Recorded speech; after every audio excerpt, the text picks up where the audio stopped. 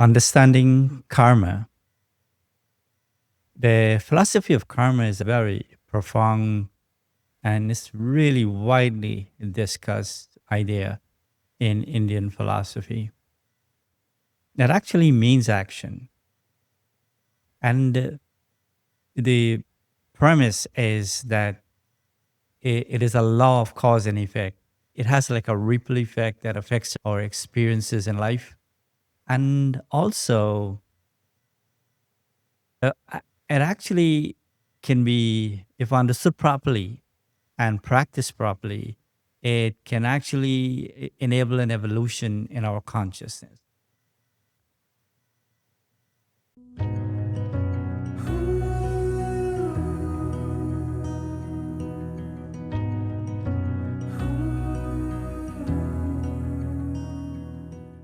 Welcome to everyone. This is a spiritual relationship podcast. My name is Ken Hanneman, and today's topic is understanding karma. It's a very, very deep topic. Why is it really deep? Is because when you go into it, you realize at every moment, as long as we're in this body, we're doing action. We're doing action, whether it's physical, it's verbal, it is mental. It produces consequences that shapes our present experience and also our future experience. So this law of cause and effect, it really does help to understand how our past can affect our present and how whatever we do in this present, the present actually is the most important part of karma.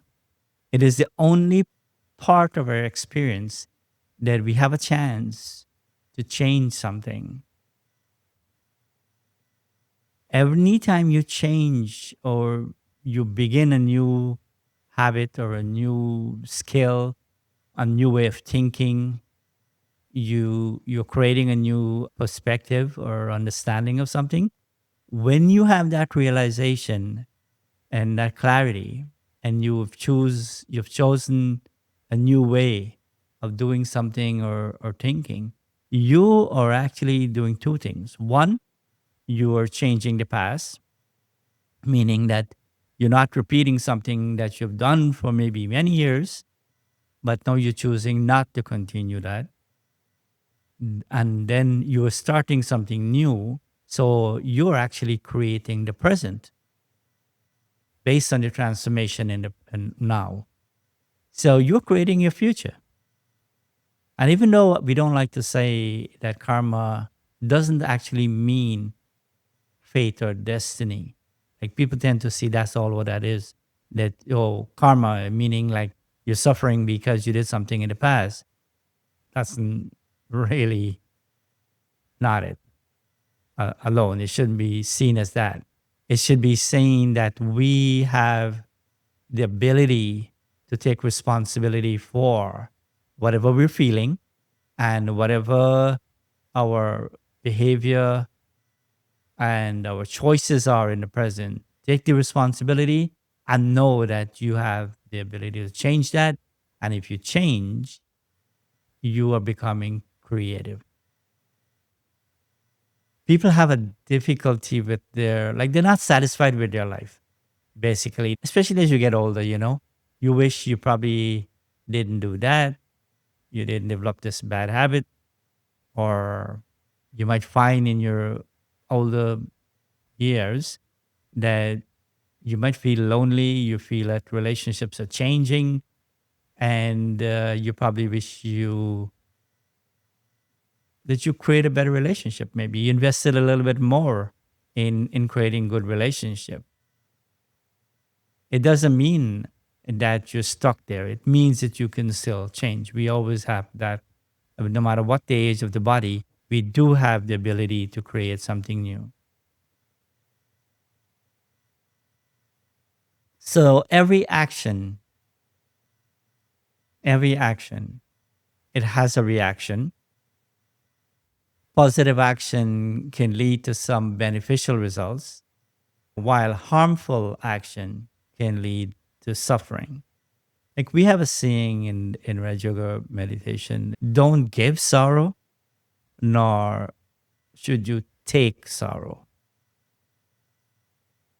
When I say take sorrow, I mean it's like things are happening, people are saying things to you, maybe people are mean, people can blame you for things.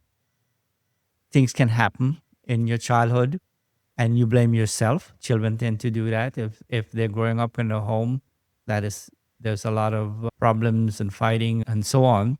They can feel like they are responsible for it. So it's like they've taken that sorrow and they carry that wound, they carry that trauma into the future, and it can affect them in their relationship with human beings and in their marriage and so on. The other thing about karma is that intention, the intention with which you do an action really, really matters. The Depending on the intention behind the action, it can determine the karmic weight of the action. And a simple example would be, let's say if somebody gives you a gift, let's say money, flowers, something like that, or they're kind to you, they're giving you something. But the intention is not selflessness. It could be that they're looking for something back in return. They're looking for you to agree with them or to maybe give them something they desire or to be their friend. Whatever, they're looking for something. In that case, if they don't get what they desire when they give you that gift, then the happiness that they probably had when they gave you, it will be short lived, meaning that they will feel disappointed if they don't get what they want. And that's the problem with selfish action. Can cause sorrow if you don't get what you want. The kind of action that continues to give is the one where you give selflessly. And this doesn't mean that you give away your wealth and stuff like that, or you're trying so hard to please people that you're doing, and then after a while you feel exhausted and burnt out or whatever.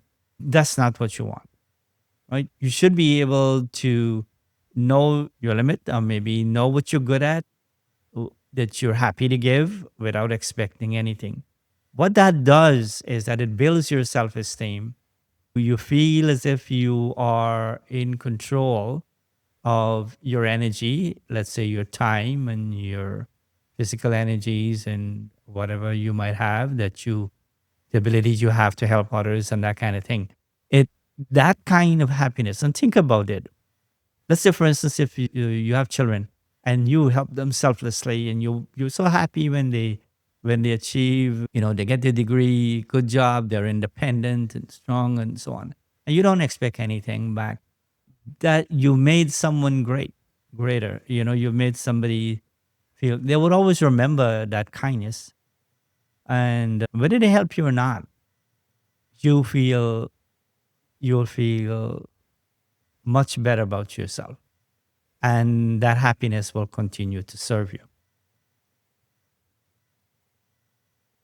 Like I said before, this philosophy of karma, it teaches us self-responsibility and to remember that we are co-creators in our reality.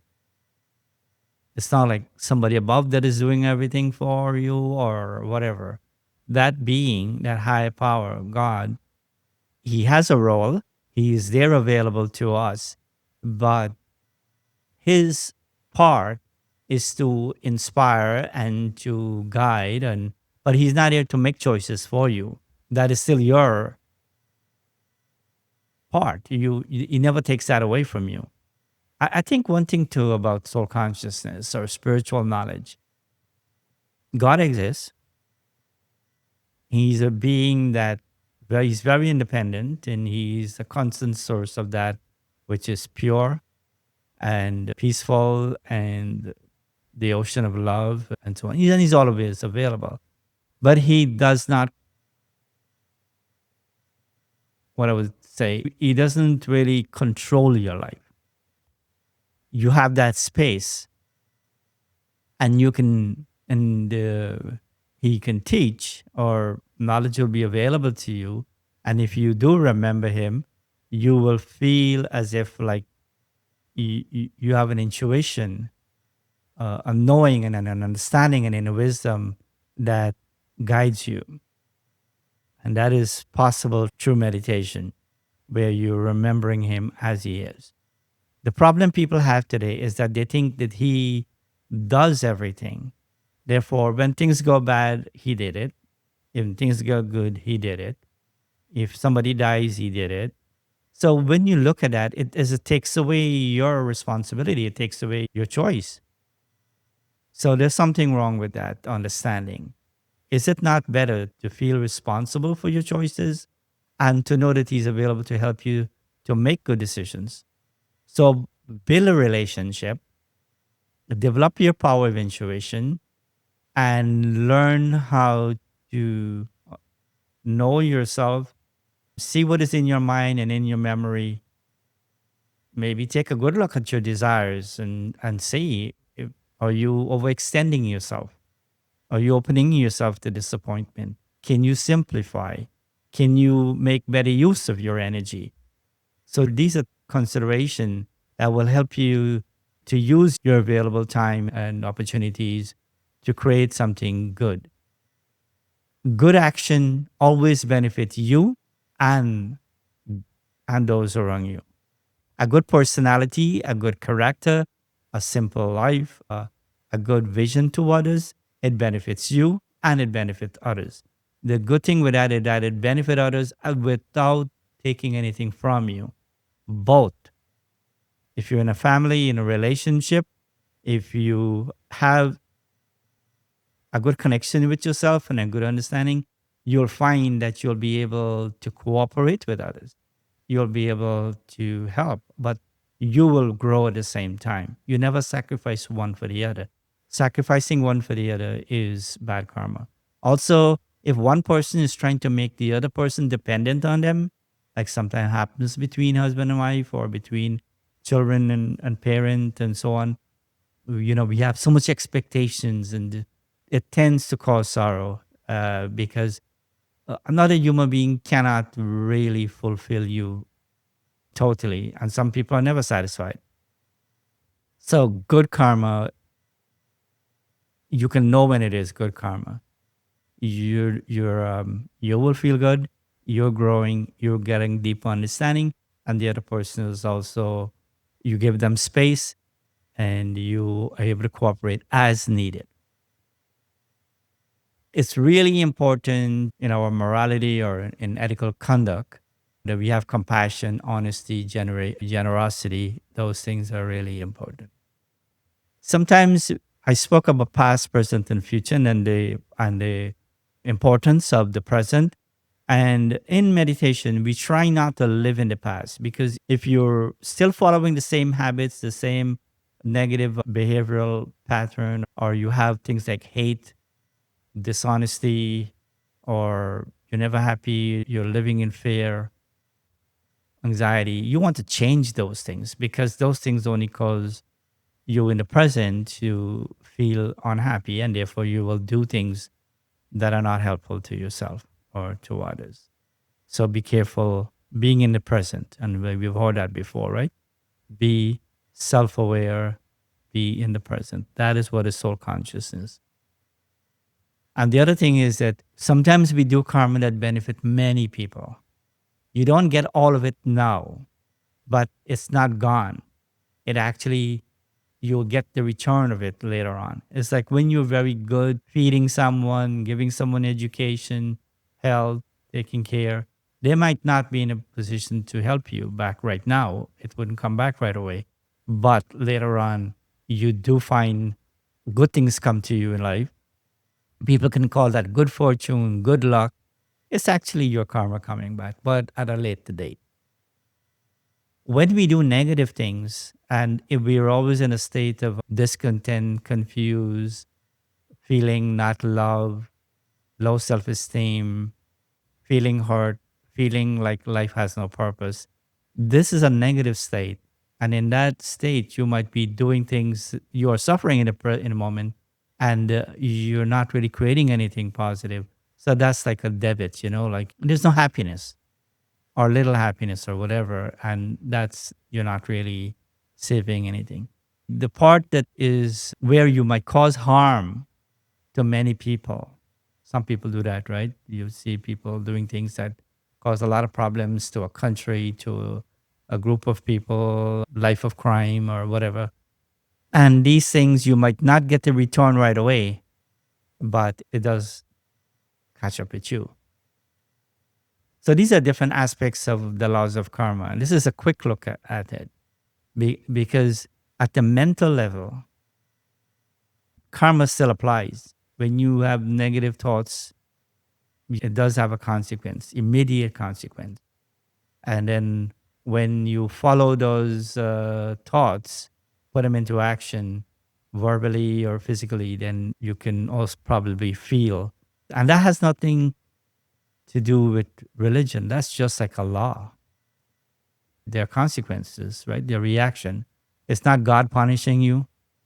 It's just a law, like the law of gravity. So with that, I will close.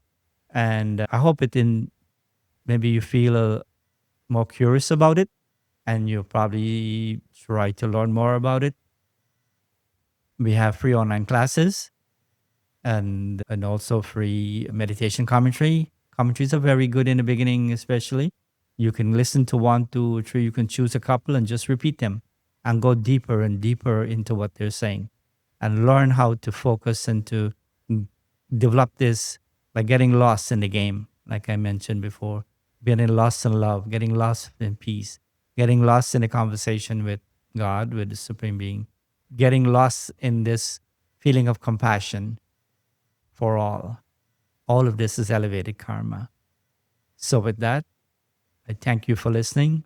And I hope you will join me for the next episode, which will be settling the past and creating the future. So, thanks again and goodbye.